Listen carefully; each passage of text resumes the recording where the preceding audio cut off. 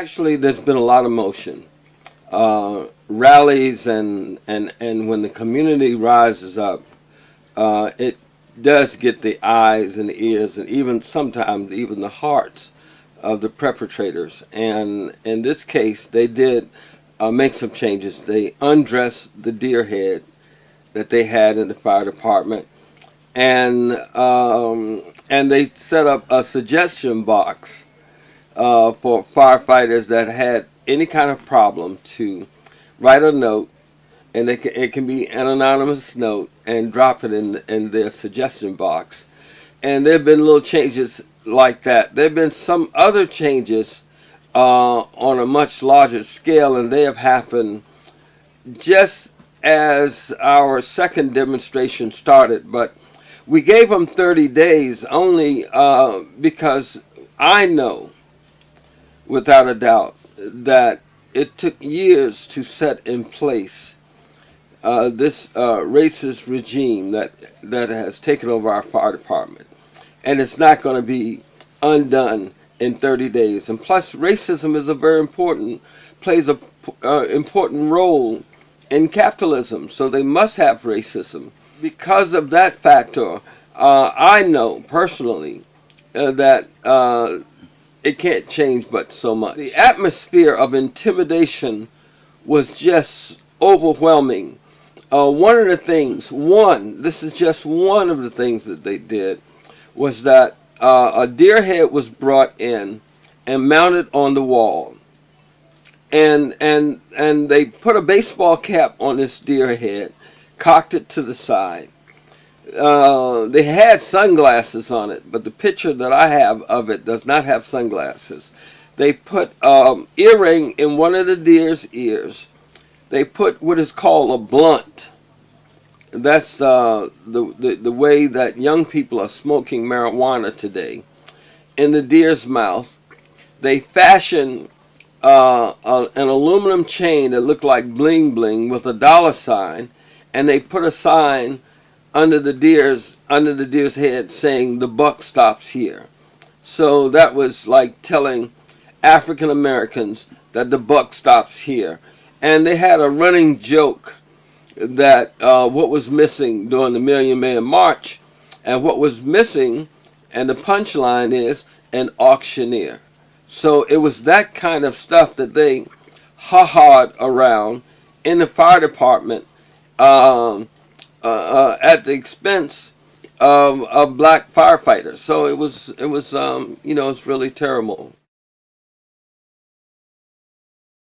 Is this pacification, or what is this? Well, I think it depends on how you want to measure it, but I look at it as being significant. Now they know that the community's eyes and ears are on them. Oh, another thing, by the way, the community, like I'm an ANC representative, but the community that fire station is located had a big meeting where they invited an assistant fire chief to explain the racism in the fire department. So that to me was a tremendous thing, that it's not only that we're dealing with it, but and this was a civic association that sponsored this activity.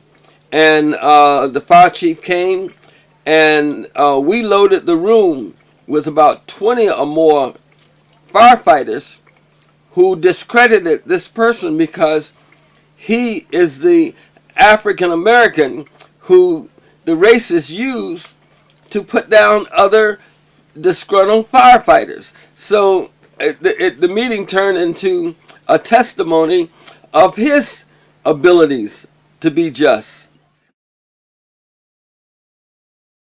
Two things. One, we had a demonstration on the 28th, and we went to the city council.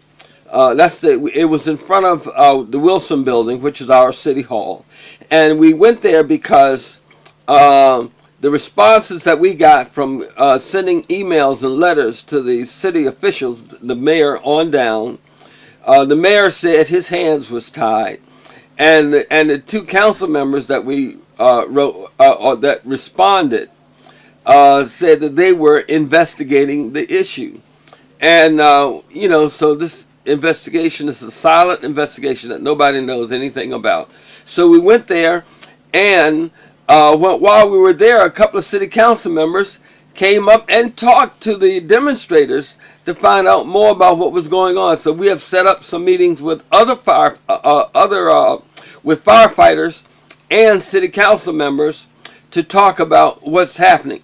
Now, one of the things, the next place that we plan to demonstrate will be in front of the Union Hall, because if the firefighters union job, I would think, would be to support the firefighters in their plight to be good workers, and they are not doing so. They have turned their backs on the firefighters, and most firefighters say that the union is in bed with the administration.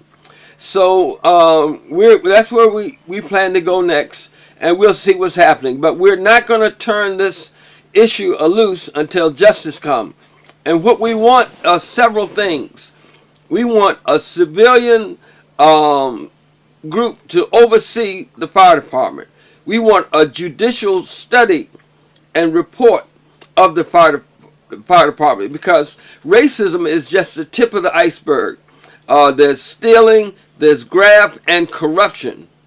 So those are the kind of things that are going on in the fire department we want corrected. We want the fire chief to find himself another city to set up his clan in. And so that's where we are. And we're not going to turn it loose until justice is served. Well, there's several things that folks can do. One, we've created this organization called Erase. Erase needs a lot of help. Erase needs people to help to distribute our literature, to produce literature, and to share this story with the rest of the community. We have a blog. We hope that people will look at the blog and get ideas. We want churches and civic organizations to stand up, because it's going to take the whole community to deal with this issue. And that is the only way that it will go away. We want people to realize that Martin Luther King died protecting garbage workers. And we don't want to have too many more casualties or martyrs to protect our firefighters. Well, I appreciate your time, and folks, this is Emilio from WITV, and we're just trying to keep you abreast of what's going on in our nation's capital. Keep an eye out, and thanks a lot, Rick. We'll talk to you again soon. Thank you, Emilio and ITV, for bringing this to the people. Peace.